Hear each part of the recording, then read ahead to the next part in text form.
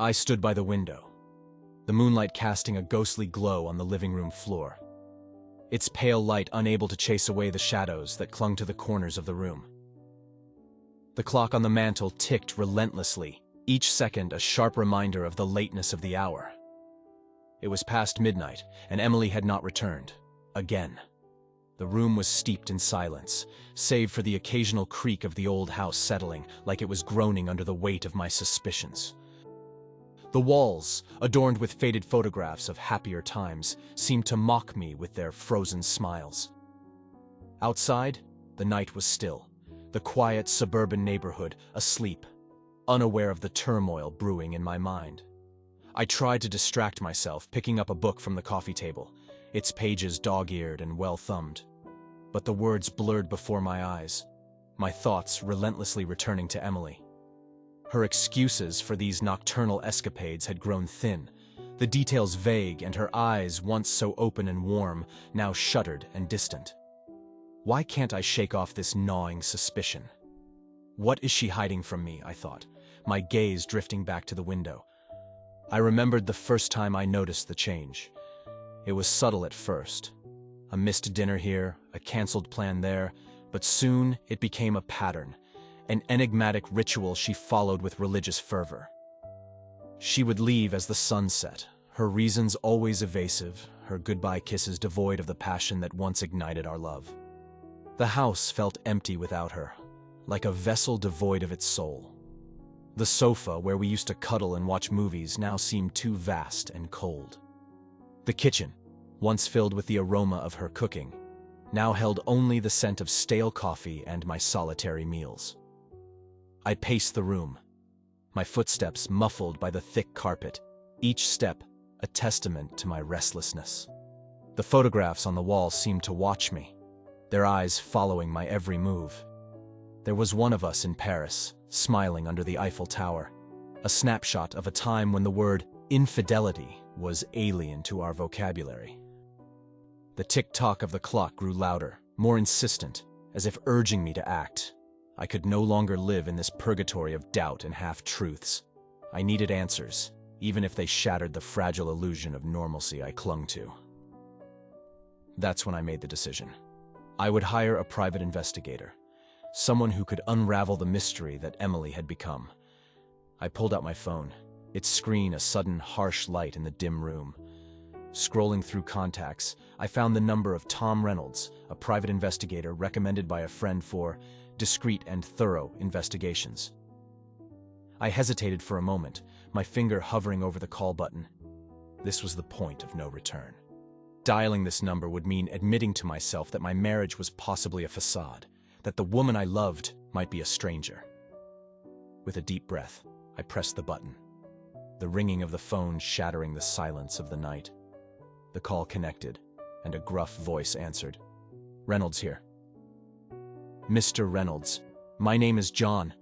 I need your help," I began, my voice steady despite the storm of emotions within me.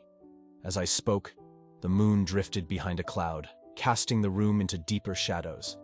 The darkness seemed to press in around me, a tangible reminder of the unknown that lay ahead. But I was determined to step into it, to uncover the truth, no matter how harrowing it might be. The first time I laid eyes on Emily, it was through the lens of my Nikon, perched in the shadows of a dimly lit street corner. I'm Tom Reynolds, private investigator by trade, cynic by nature. The night was my office, and the city's secrets, my currency. John's case was like many others, a tale of suspicion and whispered doubts, but something about it gnawed at me, like a splinter I couldn't quite reach. Emily moved through the night with an unsettling grace, like a shadow that knew its way around the darkness. She wasn't the typical client spouse I usually trailed. There was an air about her that suggested she was more accustomed to being the hunter than the hunted. I followed at a safe distance, melting into the night whenever she paused, her head turning slightly as if she sensed the air shift with my presence. The streets she chose were the city's forgotten veins, where neon lights flickered and the less fortunate of the city sought refuge in their shadows. She moved with purpose, yet there was no urgency in her steps. It was as if she was leading me, drawing me into a web I could sense but not see. My camera clicked softly, capturing her as she entered a series of seedy bars and rundown establishments. In each, she lingered, conversing with men who seemed to be simultaneously enthralled and unnerved by her. I could see their expressions shift from curiosity to something darker, something fearful. There's something odd about her pattern. As the night wore on, I found myself diving deeper into the back alleys and dimly lit streets. The city seemed different when following her, as if she cast a spell that changed the very essence of the surroundings. The air felt heavier, charged with an energy that was as intoxicating as it was dangerous. I took notes meticulously, documenting every location, every interaction. But the more I observed, the more the lines blurred. Was I witnessing infidelity, or something far more complex? Each encounter left me with more questions than answers, the pieces refusing to fit into a coherent picture.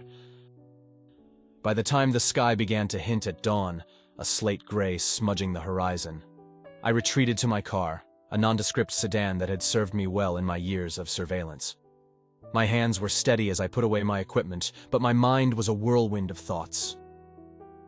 In the solitude of my car, I reviewed the night's work. The photographs stared back at me, each one a frozen moment in time, each one a testament to the enigma that was Emily. I couldn't shake the feeling that I was missing a crucial piece of this puzzle, a key that would unlock the mystery that shrouded her. I started the engine, the purr of the car a familiar comfort in the chaos of my thoughts. As I drove away, the first light of dawn cast long shadows on the streets, shadows that seemed to whisper secrets just beyond my grasp. The case was more than a job now. It was a challenge, a riddle wrapped in the night, waiting to be unraveled. And I was determined to uncover the truth, no matter how deep I had to delve into the darkness. As the investigation wove deeper into its third week, the nights began to take on a heavier, more ominous tone.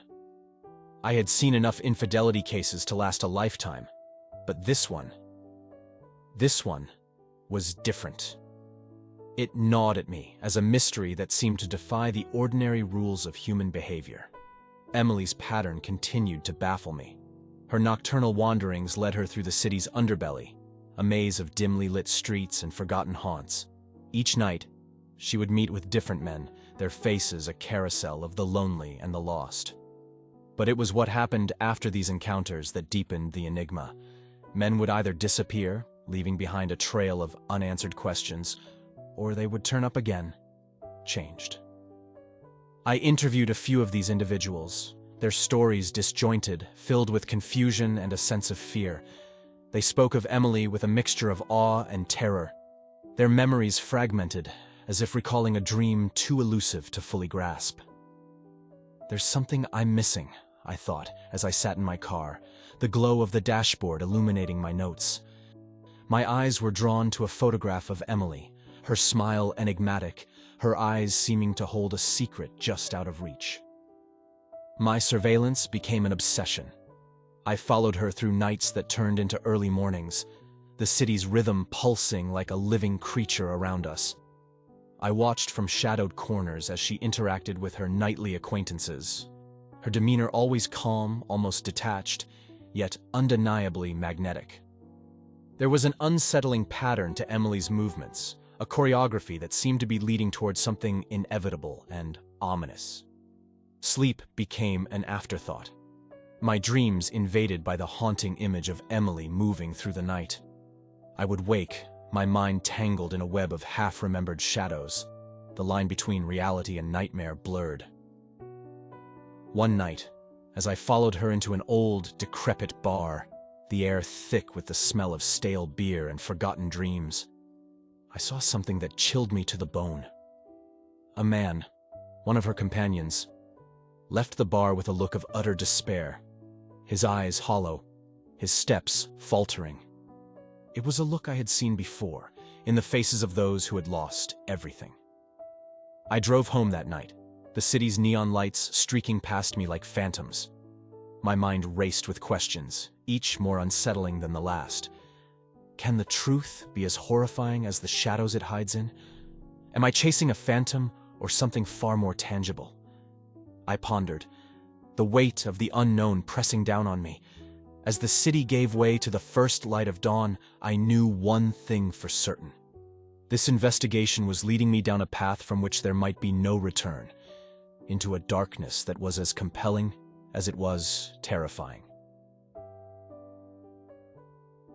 The relentless pursuit of truth can lead a man down paths he never imagined walking. For weeks, I had been a shadow trailing Emily, documenting her nocturnal odyssey. The men she met were like moths to a flame, drawn to her enigmatic allure, only to be consumed by an inexplicable despair. Their haunted eyes haunted my dreams, their stories a mosaic of fear and confusion. It was a damp, chilly night when the first thread of the supernatural truly unraveled before me. I followed Emily to an old, derelict building on the outskirts of the city. The place had a palpable sense of abandonment, its windows like dark, unseeing eyes. As she entered, I felt a shiver that had nothing to do with the cold. Inside, the air was thick with the musty scent of decay. My flashlight cut through the darkness, revealing peeling paint and debris-strewn floors. I heard voices ahead, a low murmur that grew louder as I approached. There, in what once might have been a grand ballroom, I saw them. Emily and her latest companion, their figures bathed in the ghostly light of a single flickering candle. I watched, hidden in the shadows, as their conversation unfolded. The man was speaking in hushed, desperate tones, his body language oscillating between desire and fear. Emily's responses were calm, her voice a melody that seemed to weave around the man, binding him in a spell of her making. It was then that the impossible happened. The air around Emily shimmered, her form momentarily blurring, as if I was looking at her through a heat haze. My breath caught in my throat as I witnessed her eyes glow with an unnatural light, her features momentarily twisting into something otherworldly. I stumbled back, my mind reeling from the sight. The rational part of me screamed for a logical explanation, but the truth was staring me in the face, as undeniable as it was unbelievable. Emily was not just a woman with a secret. She was something else, something out of the darkest folklore.